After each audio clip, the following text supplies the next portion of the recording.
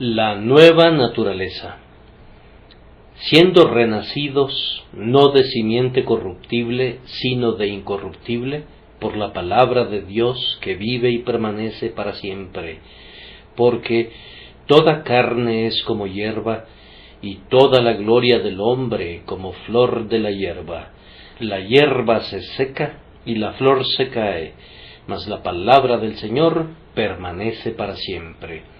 Y esta es la palabra que por el Evangelio os ha sido anunciada. 1 de Pedro 1, 23, 25.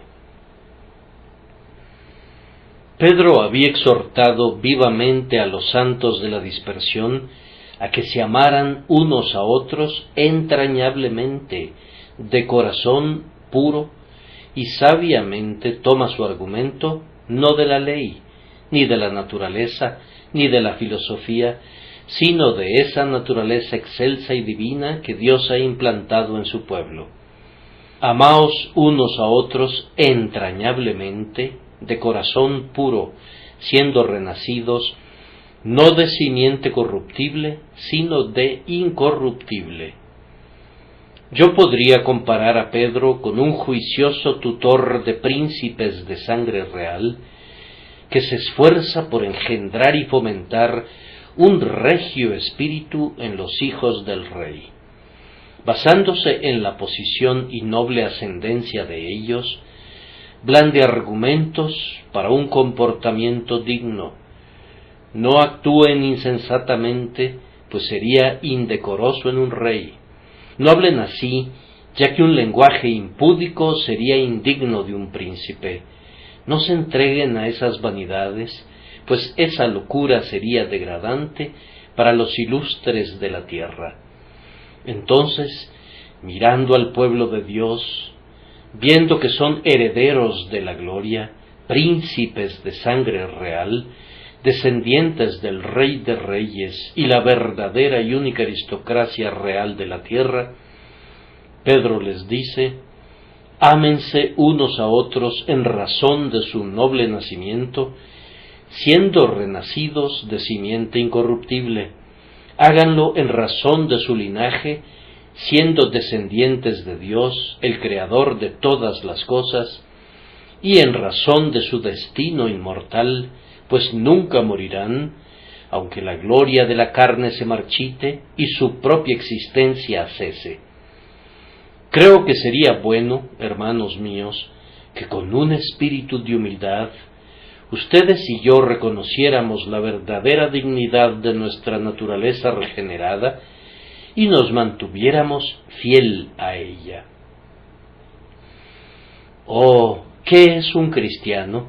Si lo comparan con un rey, él adiciona la santidad sacerdotal a la dignidad real. A menudo la realeza del rey estriba únicamente en su corona, pero la realeza del cristiano es infundida en su propia naturaleza. Compárenlo con un senador, con un valiente guerrero o con un sabio maestro, y él supera con creces a todos ellos. El cristiano es de otra raza diferente a la de aquellos que son únicamente nacidos de mujer. Gracias a su nacimiento, él está tan por encima de sus semejantes como lo está el ser humano de la bestia que perece. Así como la humanidad descuella grandemente en dignidad por sobre el bruto que se arrastra, así el hombre regenerado sobrepasa a los mejores de los seres mortales nacidos una sola vez.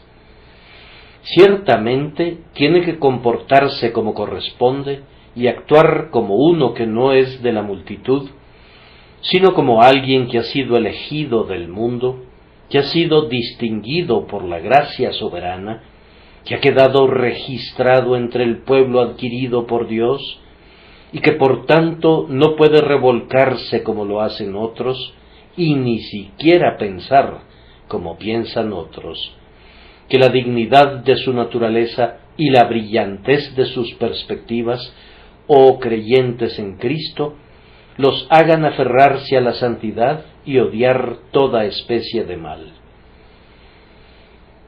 Me parece que en el texto hay 3 puntos que retribuirán con creces nuestra más seria atención. El apóstol habla evidentemente de 2 vidas. La una, la vida que es natural, que es engendrada, desarrollada y perfeccionada únicamente por la carne. La otra, la vida que es espiritual, que es nacida del Espíritu y es antagonista de la carne, que la sobrevive y que se alza triunfal a la gloria celestial. Ahora, hablando de estas 2 vidas, el apóstol elabora, primero que nada, una comparación y un contraste entre los 2 nacimientos, pues cada vida tiene su propio nacimiento. Luego saca a relucir un contraste entre la manifiesta existencia de las 2 vidas, y luego, por último, hace resaltar la diferencia existente en la gloria de las 2 vidas, pues cada vida tiene su gloria, pero la gloria de la vida espiritual supera en mucho a la gloria de la vida natural. Primero, entonces, el apóstol Pedro establece una comparación y un contraste entre los 2 nacimientos, que son las puertas de acceso para las 2 vidas. Primero, hemos dicho que cada vida es precedida por un nacimiento. Es así en lo natural, nacemos, es así en lo espiritual, renacemos. A menos que una persona nazca, no puede entrar en el reino de la naturaleza. A menos que una persona renazca, no puede entrar en el reino del cielo. El nacimiento es la modesta puerta a través de la cual entramos en la vida, y es también el excelso portal a través del cual somos admitidos en el reino del cielo. Ahora tenemos una comparación entre los 2 nacimientos. En ambos hay un solemne misterio. He leído e incluso he oído sermones en los que el ministro me parecía que hacía más bien el papel de un médico que el de un teólogo, exponiendo y explicando los misterios de nuestro nacimiento natural, frente al cual tanto Dios en lo natural, como el buen hombre por pura delicadeza, tienen que correr por siempre un velo. Nacer es una cosa sagrada tan ciertamente como morir es una cosa solemne. Los natalicios y las defunciones son fechas sobrecogedoras. El nacimiento es usado muy frecuentemente en la Escritura como uno de los cuadros más gráficos de un solemne misterio.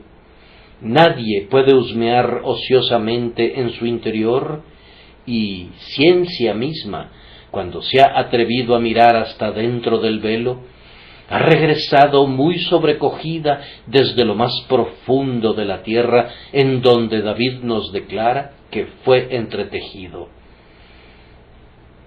Mayor todavía es el misterio del nuevo nacimiento. Que hemos renacido, lo sabemos, pero ¿cómo? No podríamos decirlo. ¿Cómo opera el Espíritu de Dios sobre la mente?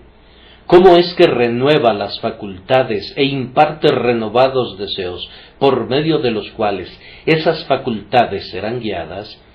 ¿Cómo es que ilumina el entendimiento? ¿Cómo doblega la voluntad? ¿Cómo purifica el intelecto? ¿Cómo revierte el deseo? ¿Cómo iza la esperanza y pone al miedo en su debido cauce? No podríamos decirlo. Debemos dejarlo entre las cosas secretas que pertenecen a Dios. El Espíritu Santo obra, pero la manera de su operación no puede ser comprendida. El viento sopla de donde quiere y oyes su sonido, mas ni sabes de dónde viene ni a dónde va. Así es todo aquel que es nacido del Espíritu. Oh, mis queridos oyentes, ¿han sentido este misterio? Ustedes no pueden explicarlo, ni yo tampoco. Tampoco deberíamos intentar dar una explicación, pues allí donde Dios guarda silencio, es quizás irreverencia y es ciertamente impertinencia que hablemos. Los dos nacimientos son entonces semejantes en su solemne misterio. Pero entonces, esto sabemos de nuestro nacimiento natural, que en el nacimiento empieza una vida. Ese bebé que está comenzando su ser, una nueva criatura, ha alzado su débil llanto al cielo. Otro ser mortal ha venido para pisar este teatro de acción, para respirar, para vivir y para morir. Y así también en el nuevo nacimiento hay una absoluta creación. Somos hechos nuevas criaturas en Cristo Jesús. Hay otro espíritu que ha nacido para orar, para creer en Cristo, para amarle aquí y para regocijarse en Él en el más allá. Así como nadie duda de que el nacimiento sea la manifestación de una creación, que nadie dude tampoco de que la regeneración sea la manifestación de una creación de Dios tan divina, tan más allá del poder del hombre, como lo es la creación de la propia mente humana. Pero nosotros sabemos también que en el nacimiento no sólo es creada una vida, sino que una vida es comunicada. Cada hijo tiene unos padres. Las propias flores tienen su origen en una semilla engendradora. Nosotros no provenimos de nuestros propios lomos, pues no nos autogeneramos. Una vida nos es comunicada. Tenemos vínculos entre el Hijo y el Padre, y así retroactivamente hasta que llegamos al Padre Adán. Así también en la regeneración hay una vida, no meramente creada, sino comunicada, que es la propia vida de Dios, quien nos ha hecho renacer para una esperanza viva. Tan ciertamente como el Padre vive en el Hijo, así de cierto es que la propia vida y la naturaleza de Dios viven en cada heredero del cielo nacido de nuevo. Somos tan ciertamente partícipes de la divina naturaleza por el nuevo nacimiento, como fuimos partícipes de la naturaleza humana por el primer nacimiento. Hasta aquí la comparación se sostiene. Es igualmente cierto que en el nacimiento natural y en el espiritual se perpetúa una vida. Hay ciertas propensiones que heredamos, de las cuales no nos veremos libres de este lado de la tumba. Nuestro temperamento serio o alegre, nuestras pasiones apaciguadas o agitadas, nuestras inclinaciones sensuales o idealistas, nuestras facultades escasas o abundantes, son en gran medida una herencia perpetuada que está tan vinculada a nuestro destino futuro como están vinculadas las alas a un águila o la concha a un caracol. Indudablemente gran parte de nuestra historia nace en nuestro interior, y el bebé tiene dentro de sí el germen de sus futuras acciones. Si se me permite expresarlo así, existen esas cualidades, esa composición y disposición de la naturaleza que, si las circunstancias son propicias, generarán ciertos resultados que alcanzarán su pleno desarrollo. Lo mismo sucede con nosotros cuando renacemos. Nos es transmitida una naturaleza celestial. No podemos sino ser santos. La nueva naturaleza no puede hacer otra cosa que servir a Dios. Deseará vivamente estar más cerca de Cristo y ser más semejante a Él, y tiene que hacerlo. Tiene aspiraciones que el tiempo no puede satisfacer, deseos que la tierra no puede saciar, tiene anhelos que sólo el propio cielo puede cumplir.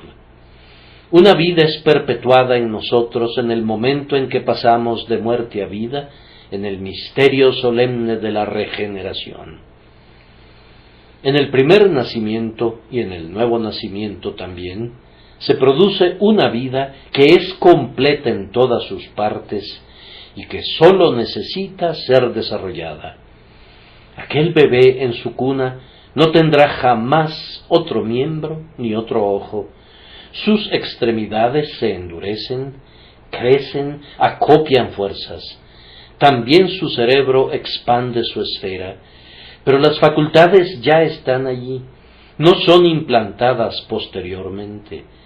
Ciertamente lo mismo sucede en el Hijo de Dios nacido de nuevo. Fe, amor, esperanza y toda gracia están allí en el momento en que cree en Cristo. Crecen, es cierto, pero todas estaban allí en el instante de la regeneración. El bebé en la gracia que acaba de nacer para Dios tiene cada parte del hombre espiritual y sólo necesita crecer hasta convertirse en un varón perfecto en Cristo Jesús. Hasta aquí ustedes perciben que los dos nacimientos tienen un gran parecido entre sí. Les ruego, ahora que he introducido el tema, que no se aparten de él hasta que hayan pensado en la realidad del nuevo nacimiento, así como deben hacerlo en cuanto a la realidad del primero. No estarían aquí si no hubiesen nacido, y nunca estarán en el cielo a menos que nazcan de nuevo. Hoy no habrían sido capaces de oír, o de pensar, o de ver, si no hubieran nacido. Hoy no son capaces de orar o de creer en Cristo, a menos que renazcan.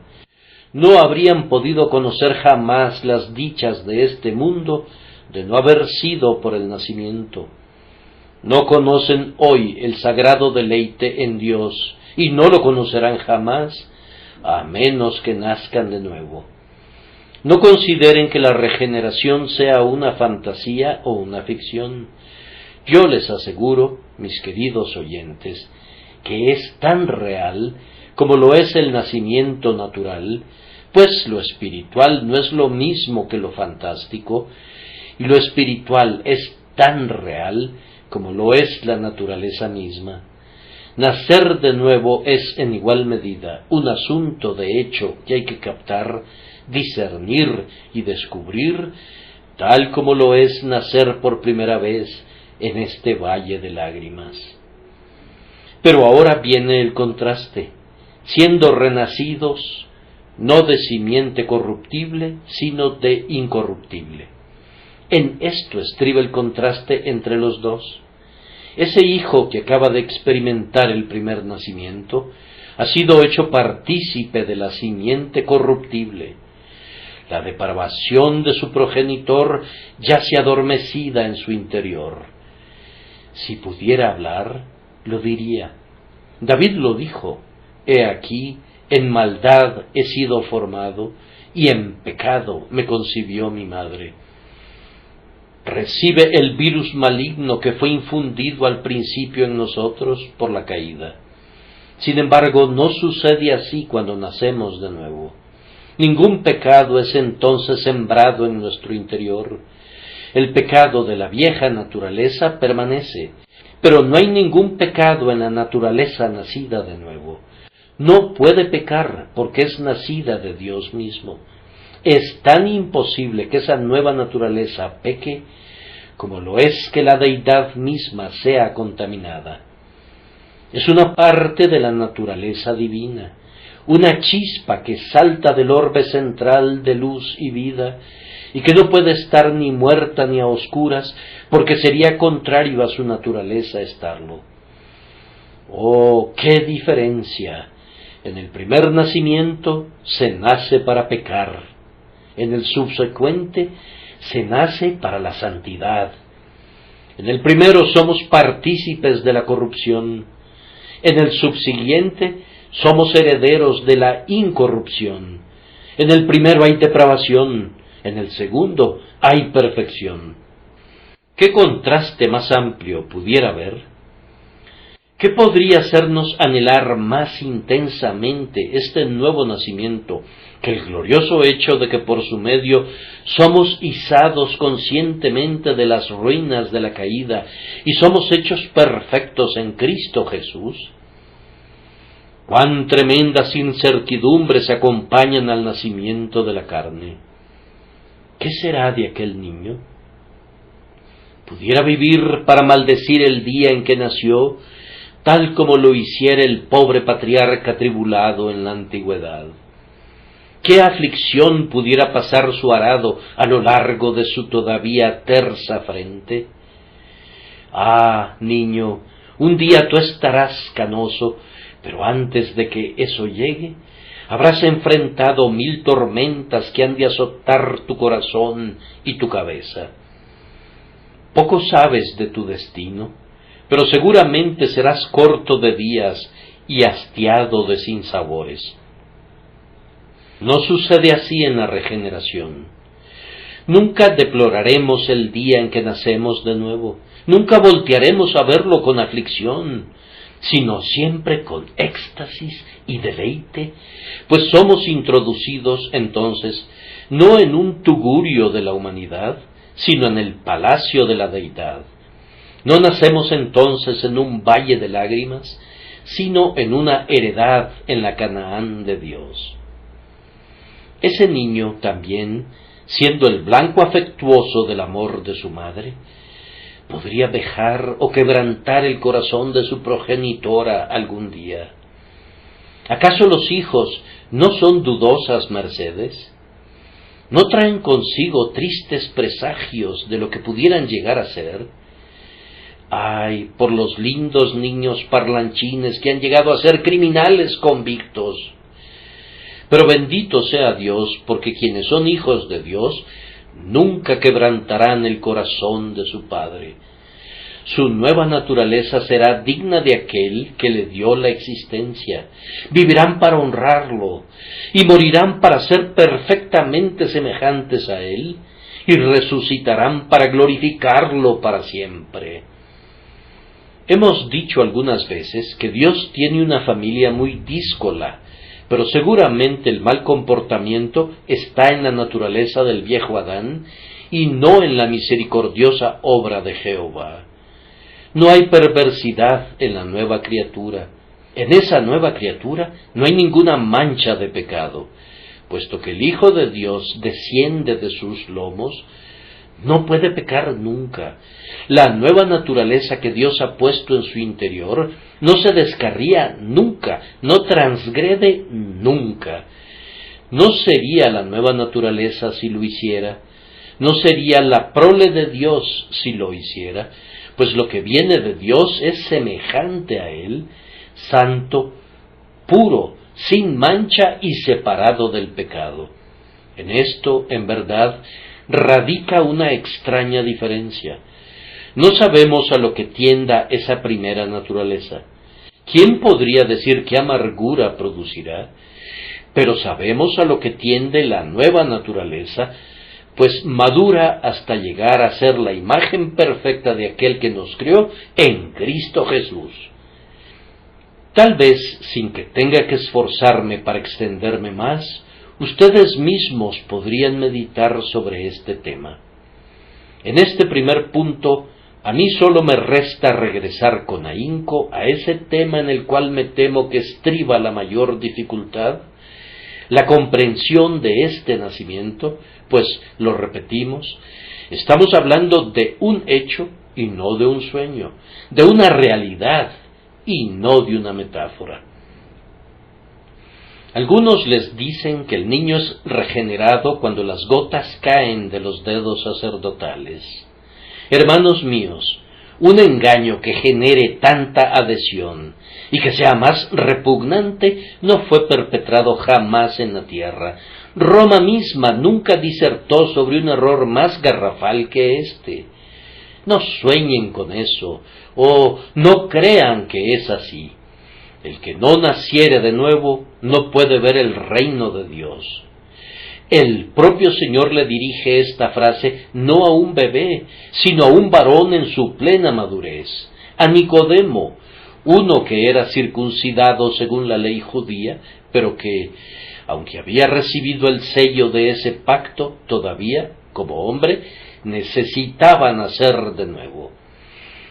Todos nosotros, sin excepción, tenemos que conocer este cambio. La vida de ustedes pudo haber sido moral, pero eso no bastará. La naturaleza humana más moral no puede alcanzar nunca a la naturaleza divina.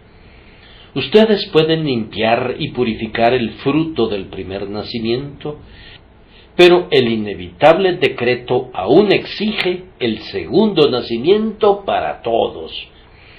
Si desde su juventud fueron educados de tal manera que escasamente hayan conocido los vicios del pueblo, si han sido tan atendidos, tan protegidos y guardados de la contaminación del pecado que no han conocido tentación, con todo deben nacer de nuevo. Y este nacimiento, lo repito, tiene que ser un hecho tan verdadero, tan real y tan seguro como lo fue aquel primer nacimiento en el que fueron introducidos en este mundo. ¿Qué sabes de esto, mi querido oyente? ¿Qué sabes de esto? Es algo que no puedes realizar por ti mismo. Tú no puedes regenerarte a ti mismo, así como tampoco puedes causar tu nacimiento. Es un asunto que está fuera del alcance del poder humano. Es sobrenatural, es divino. ¿Has participado de él? No vuelvas la mirada simplemente a alguna hora en la que sentiste unos misteriosos sentimientos. No, sino juzga por los frutos. ¿Se han desplazado tus miedos y tus esperanzas? ¿Amas las cosas que una vez odiaste y odias las cosas que una vez amaste? ¿Han pasado las cosas viejas? ¿Son hechas nuevas todas las cosas? Mis hermanos cristianos, les hago la pregunta a ustedes, así como también al resto. Es tan fácil ser engañados en esto.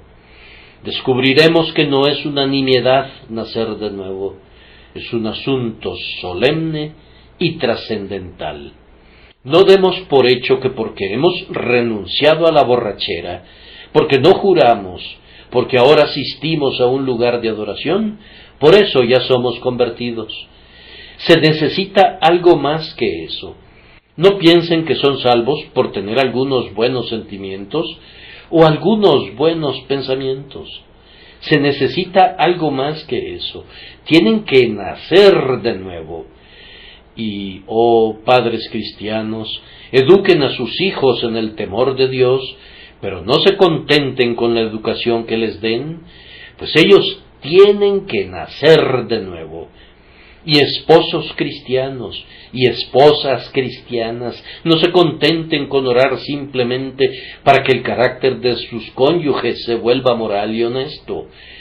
Pidan que se haga algo por ellos que ellos mismos no pueden hacer.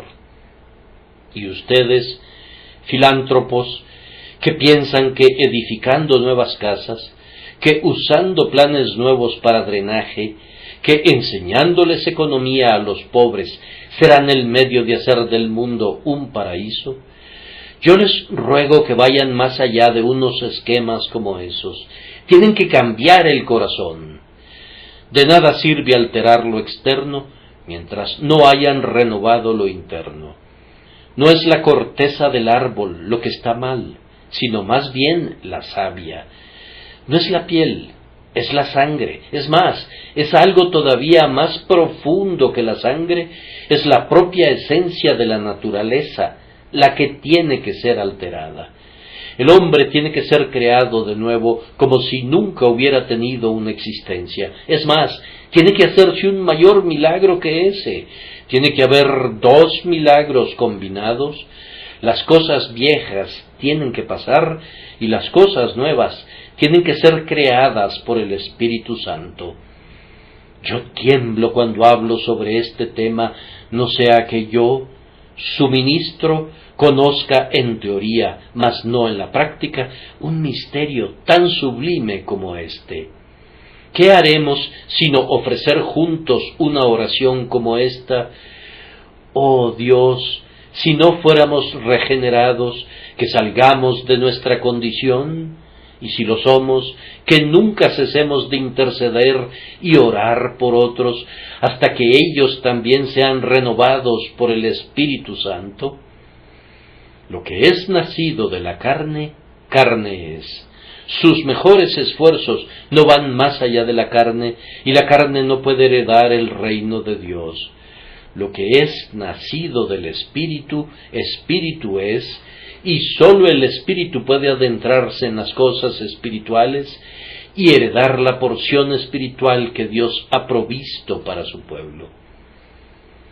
De esta manera he cubierto la tarea más o menos delicada y extremadamente difícil de sacar a relucir el significado del apóstol, la comparación entre los dos nacimientos, que son los escalones de las puertas de las dos vidas. Ahora llego al segundo punto, la manifiesta diferencia de las dos vidas resultantes de los dos nacimientos.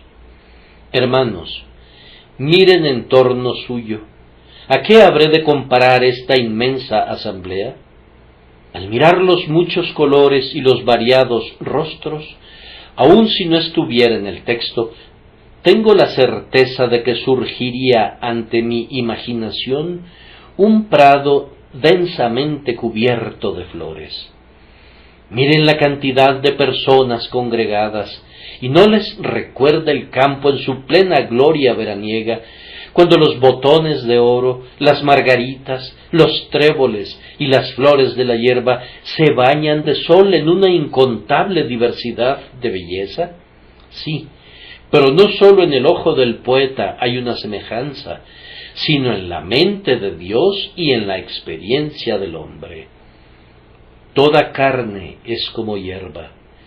Todo lo que es nacido del primer nacimiento, si lo comparamos poéticamente con la hierba, puede ser comparado a ella también, de hecho, por la fragilidad y la brevedad de su existencia. Hace solo un mes pasamos por los prados, y eran sacudidos por la brisa en verdes ondas, como el oleaje del océano cuando es mecido suavemente por la brisa del atardecer. Contemplamos toda la escena y era sobremanera bella. Pasamos ayer por allí, y la guadaña del podador había destrozado la belleza desde sus raíces, y yacía allí en montones, lista para ser recogida cuando estuviera totalmente seca. La hierba es cortada muy pronto, pero si permaneciese, se marchitaría, y unos puñados de polvo tomarían el lugar de las hojas verdes y coloreadas, pues no se seca la hierba y la flor se cae. Así es la vida mortal. No estamos viviendo, hermanos, estamos muriendo. Comenzamos a respirar y vamos reduciendo el número de nuestras respiraciones. Nuestros corazones, al igual que tambores sordos, tocan marchas fúnebres hacia la sepultura. La arena cae desde el bulbo superior del reloj de arena y se está vaciando rápidamente. Muerte es un nombre que está escrito en cada frente. Varón, has de saber que tú eres mortal, pues eres nacido de mujer. Tu primer nacimiento te dio a la vez la vida y la muerte. Solo respiras durante un tiempo para guardarte de las fauces de la tumba. Cuando esa respiración se agota, caes allí mismo en el polvo de la muerte. Todas las cosas, especialmente durante las últimas semanas, nos han enseñado la fragilidad de la vida humana. El senador que condujo los asuntos de las naciones y contempló el surgimiento de un reino libre, no vivió para verlo plenamente organizado, antes bien expiró sin poder comunicar muchos secretos importantes. Desde la última vez que nos reunimos, mentes rectoras han sido llevadas de esta tierra, y aun el monarca en su trono ha reconocido la monarquía de la muerte. ¿Cuántos elementos de las masas han caído también y han sido llevados a su morada permanente? Ha habido funerales, algunos de ellos funerales de varones honorables que perecieron cumpliendo la voluntad de su maestro, salvando vidas humanas, y ¡ay! Ha habido entierros deshonrosos de otros que hacían la voluntad de Satanás y han heredado las llamas. Ha habido abundantes muertes a diestra y siniestra, y las palabras de Pedro han demostrado con creces que toda carne es como hierba, y toda la gloria del hombre como flor de la hierba. La hierba se seca, y la flor se cae. Ahora, hermanos, miremos la otra cara de la cuestión. El segundo nacimiento nos dio también una naturaleza. ¿Morirá esa también? ¿Es como la hierba y su gloria como flor del campo? No, categóricamente no. La primera naturaleza muere porque la simiente era corruptible, pero la segunda naturaleza no fue creada por simiente corruptible, sino por incorruptible, es decir, por la palabra de Dios, a la cual Dios infundió su propia vida, de manera que nos vivifica por el Espíritu. Esa palabra incorruptible produce una vida incorruptible. El Hijo de Dios en su nueva naturaleza nunca muere, no ve nunca la muerte. Cristo, que está en él, es la inmortalidad y la vida. El que vive y cree en Cristo no morirá jamás, y también, aunque esté muerto, vivirá. Cuando nacemos de nuevo, recibimos una naturaleza que es indestructible ante cualquier accidente, que no ha de ser consumida por fuego, ahogada en agua, debilitada por la ancianidad o derribada por un golpe de pestilencia. Una naturaleza invulnerable al veneno, una naturaleza que no será destruida por la espada, una naturaleza que no puede morir nunca mientras el Dios que la dio no expire y la deidad no se extinga. Piensen en esto, hermanos míos, y seguramente encontrarán una razón para el regocijo. Pero tal vez ustedes me pregunten, ¿a qué se debe que la nueva naturaleza no puede morir nunca? Estoy seguro de que el texto enseña que no puede hacerlo nunca, siendo renacidos no de simiente corruptible, sino de incorruptible, por la palabra de Dios que vive y permanece para siempre. Si eso no enseña que la naturaleza espiritual que nos es dada por el nuevo nacimiento no muere nunca, no enseña nada en absoluto. Y si enseña eso, ¿a dónde queda la doctrina arminiana de caer de la gracia? ¿A dónde quedan sus miedos arminianos de perecer después de todo? Pero permítanme mostrarles a qué se debe que esta naturaleza no muera nunca. Primero, en razón de su propia naturaleza. Es en sí misma incorruptible. Cada ser produce otro ser semejante. El hombre mortal, produce un hombre mortal. Dios, el Dios eterno, produce una naturaleza eterna cuando engendra de nuevo a una esperanza viva por la resurrección de Cristo de entre los muertos. Cual el terrenal, tales también los terrenales. Lo terrenal muere, y nosotros, que somos terrenales, morimos también. Cual el celestial, tales también los celestiales. Lo celestial nunca muere, y si nacemos como lo celestial, la naturaleza celestial no muere tampoco. Fue hecho el primer Adán alma viviente. Nosotros somos hechos también almas vivientes, pero esa alma al final es separada del cuerpo. El postrer Adán, espíritu vivificante, y ese espíritu no solo está vivo, sino que es vivificante. ¿No lo perciben? El primero es un alma vivificada. El segundo es un espíritu vivificante, dando la vida, más bien que recibiéndola, como aquel ángel que algún poeta describe, que perpetuamente disparaba centellitas de fuego, teniendo en su interior una flama inextinguible, una fuente de perpetuos torrentes de luz y calor. Así sucede con la nueva naturaleza en nuestro interior. No es meramente una cosa vivificada que puede morir, sino algo vivificante que no puede morir, siendo hecha a semejanza de Cristo, el Espíritu vivificante. Pero entonces, además de eso, la nueva naturaleza no puede morir, porque el Espíritu Santo le proporciona vida perpetuamente. Él da más gracia, gracia sobre gracia. Ustedes saben que el apóstol lo expresa así, porque si siendo enemigos fuimos reconciliados con Dios por la muerte de su Hijo, mucho más, estando reconciliados, seremos salvos por su vida. ¿No es el Espíritu Santo el agente divino por medio de quien la vida de Cristo es infundida en nosotros? Ahora, las corrientes de vida que el Espíritu Santo nos envía obran conjuntamente con la inmortalidad del Espíritu nacido de nuevo, y así preservan doblemente la eternidad de nuestra bienaventuranza.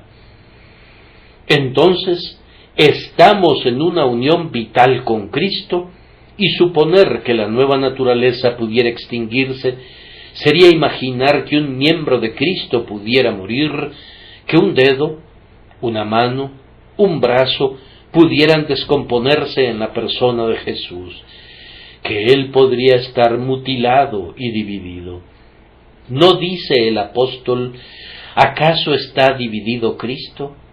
Y no fue escrito, Él guarda todos sus huesos, ni uno de ellos será quebrantado. ¿Y cómo sería cierto eso si fuéramos separados de Él o amputados de su cuerpo? Hermanos míos, nosotros recibimos la savia divina a través de Cristo, el tallo. Esa savia divina nos mantiene vivos, pero más aún, el propio hecho de que estamos unidos a Cristo preserva nuestra vida. Porque yo vivo, vosotros también viviréis. La nueva vida no puede morir, porque Dios se ha comprometido a mantenerla viva. Yo les doy a mis ovejas vida eterna, y no perecerán jamás, ni nadie las arrebatará de mi mano. Mi Padre que me las dio es mayor que todos, y nadie las puede arrebatar de la mano de mi Padre.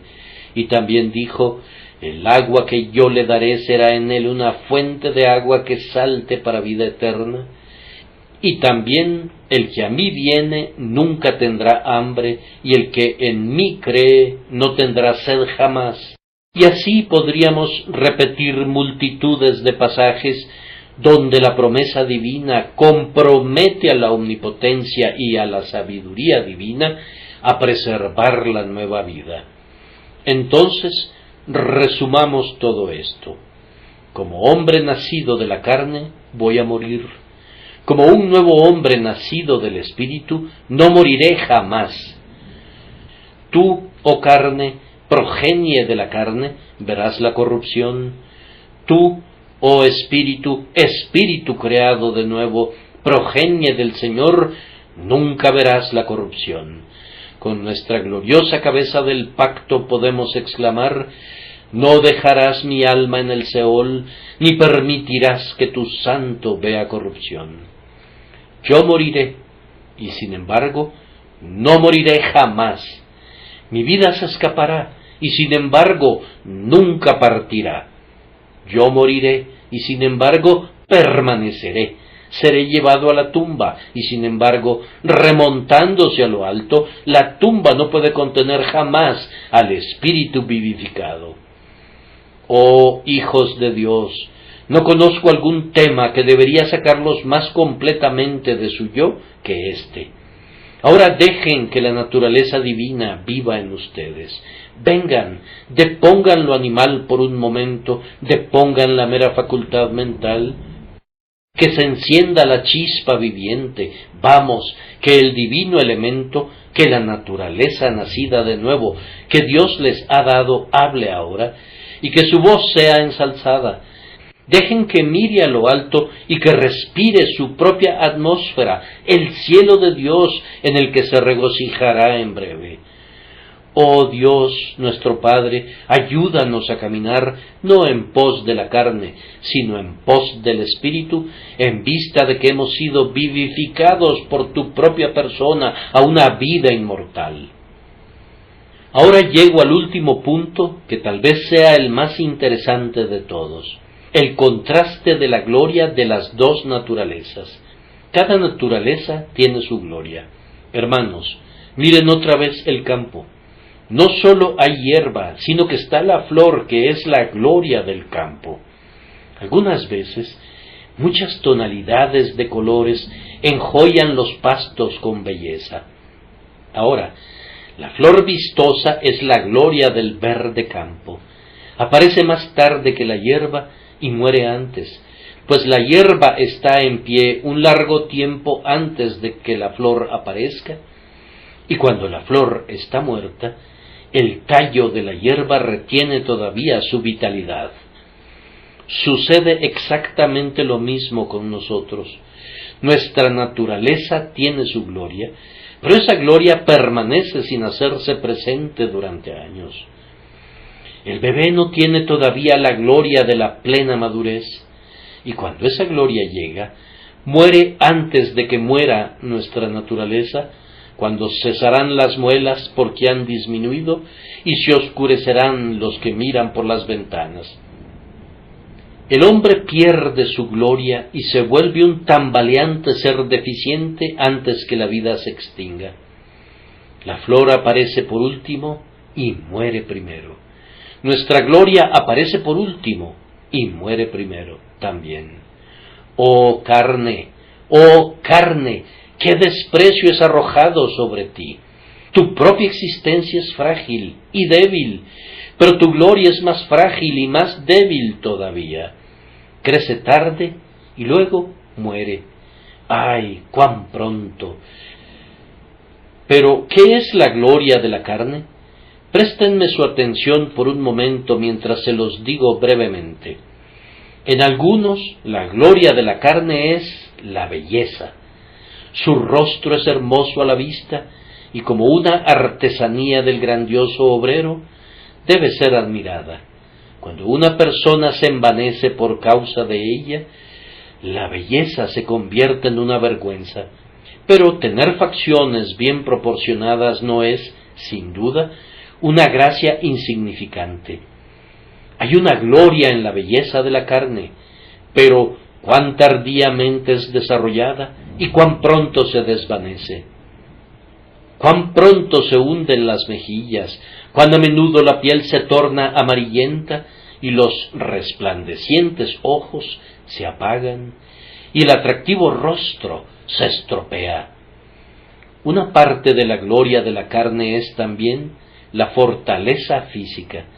Ser un hombre fuerte, tener huesos bien firmes y músculos bien apuntalados, tener un buen vigor muscular no es algo nimio.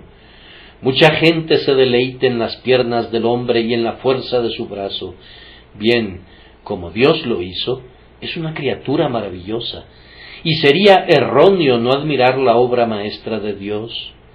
Pero cuán tardíamente llega la fuerza muscular. Están los días de la infancia y están los días de la juventud, cuando el hombre fuerte es todavía débil, y luego, después de haber tenido su mejor época de fuerza, cómo comienza a tambalearse y a caminar con paso vacilante el fornido cuerpo. Y los dientes que se pudren y el cabello cano muestran que la muerte ha comenzado a reclamar el tributo a la arcilla y pronto habrá de tomar posesión de la propiedad arrendada. La gloria se cae. Para otros, la gloria de la carne estriba más bien en la mente. Poseen elocuencia, pueden hablar de tal manera que embelezan los oídos de la multitud. Las abejas de la elocuencia han construido sus panales en medio de los labios del orador, y la miel destila con cada palabra. Sí, pero cuán tardíamente llega eso. ¿Cuántos años han de pasar antes de que el niño hable articuladamente y antes de que el joven sea capaz de expresarse con intrepidez? Y luego, cuán pronto se va, hasta que, balbuciendo entre sus mandíbulas desdentadas, el pobre hombre quisiera decir palabras de sabiduría, pero los labios de la edad le niegan la expresión. O digamos que la gloria sea sabiduría. Hay un hombre cuya gloria es su poder de dominio sobre otros. Él puede ver anticipadamente y ver más allá que otros hombres.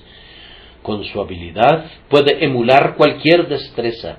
Es tan sabio que sus semejantes ponen su confianza en él.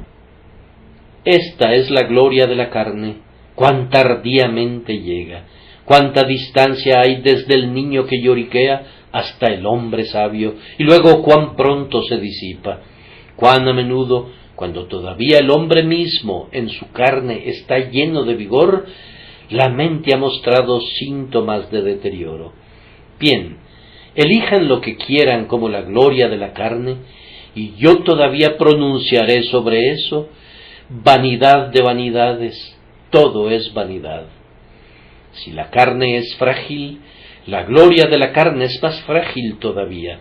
Si la hierba se marchita, ciertamente la flor de la hierba se marchita antes que ella. Pero, ¿es cierto esto con respecto a la nueva naturaleza? Hermanos, ¿es cierto esto con respecto a lo que fue implantado en el segundo nacimiento? Creo que acabo de demostrarles que la existencia de la nueva naturaleza es eterna, porque no nació de simiente corruptible, sino de incorruptible. He procurado mostrarles que no puede perecer nunca y no puede morir nunca, pero su incredulidad les sugiere: tal vez su gloria pueda. No, su gloria no podrá jamás. ¿Y cuál es la gloria de la naturaleza nacida de nuevo? Vamos, antes que nada su gloria es belleza. ¿Pero cuál es su belleza? Que ha de ser semejante al Señor Jesús. Vamos a ser semejantes a Él cuando le veamos tal como Él es. Pero esa belleza no se desvanecerá nunca. La eternidad misma no hundirá las mejillas de esta seráfica hermosura, ni apagará los brillantes ojos de esta luminosidad celestial. Seremos semejantes a Cristo, pero la semejanza no se verá estropeada nunca por el tiempo, ni consumida por la corrupción. Acabo de decir que la gloria de la carne consistía algunas veces en su fuerza. Así también la gloria del Espíritu consiste en su vigor, pero entonces es una fuerza que nunca se gastará.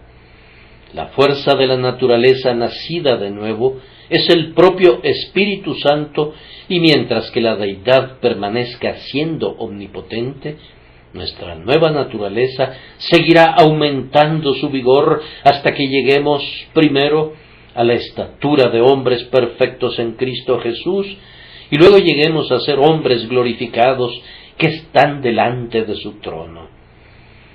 No pueden ver mucho de la flor de la nueva naturaleza todavía. Ahora ven por espejo, oscuramente. Esa flor de gloria consiste, tal vez, en elocuencia. Elocuencia, dices tú. ¿Cómo puede ser eso? Dije que la gloria de la vieja naturaleza podría ser la elocuencia, y así también de la nueva. Pero esta es la elocuencia. Abba, Padre. Esa es una elocuencia que pueden usar ahora. Es tal que cuando no puedan decir una palabra que pueda conmover a una audiencia, todavía permanecerá en su lengua para conmover a los atrios del cielo.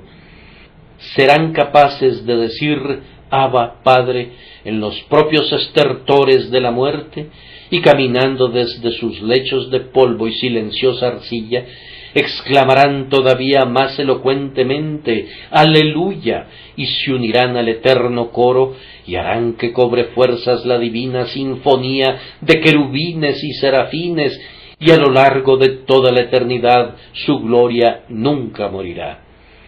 Y entonces, si la sabiduría fuera la gloria, su sabiduría. La sabiduría que hereden en la nueva naturaleza no es otra que la de Cristo, el cual nos ha sido hecho por Dios, sabiduría que nunca se disipará y que de hecho aumentará, pues allá conocerán como son conocidos. Mientras estén aquí ven por espejo, oscuramente, pero allá verán cara a cara. Hoy sorben del torrente, mañana se bañarán en el océano. Hoy miran de lejos, pero pronto descansarán en los brazos de la sabiduría, pues la gloria del Espíritu no muere nunca, sino que a lo largo de la eternidad se va expandiendo, agrandando, se va enardeciendo, glorificándose por medio de Dios, y proseguirá para no fallar nunca, nunca. Hermanos, sea lo que sea que estén esperando como la gloria de su nueva naturaleza, todavía no tienen ni la menor idea de lo que será. Cosas que ojo no vio, ni oído oyó, ni han subido en corazón de hombre, son las que Dios ha preparado para los que le aman. Pero si bien Él nos las ha revelado a nosotros por su Espíritu, con todo, temo que no las hemos aprendido plenamente. Sin embargo, diremos con respecto a esta gloria, sea cual fuere, que es incorruptible, sin mancha y que no se desvanece. La única pregunta que tenemos que hacernos y con la cual concluiremos es: ¿hemos nacido de nuevo? Hermanos, es imposible que posean la existencia de la nueva vida sin el nuevo nacimiento, y sin el nuevo corazón no pueden conocer la gloria del nuevo nacimiento. Repito, han nacido de nuevo. No se pongan de pie para decir: soy un hombre de iglesia, fui bautizado y confirmado. Pudieran ser eso, y sin embargo, pudieran no haber nacido de nuevo. No digan: yo soy un bautista, he profesado mi fe y fui sumergido. Pudieran haberlo sido, y sin embargo, no haber nacido de nuevo. No digan: yo vengo de padres cristianos. Pudieran provenir de ellos, y sin embargo, ser herederos de la ira, igual que otros. ¿Han nacido de nuevo? Oh almas, que Dios el Espíritu Santo les revele a Cristo, y cuando lleguen a ver a Cristo con los ojos lacrimosos de una fe penitencial, entonces sépase que son nacidos de nuevo y que han pasado de muerte a vida. El que creyere y fuere bautizado será salvo, mas el que no creyere será condenado. Que Dios les ayude a creer.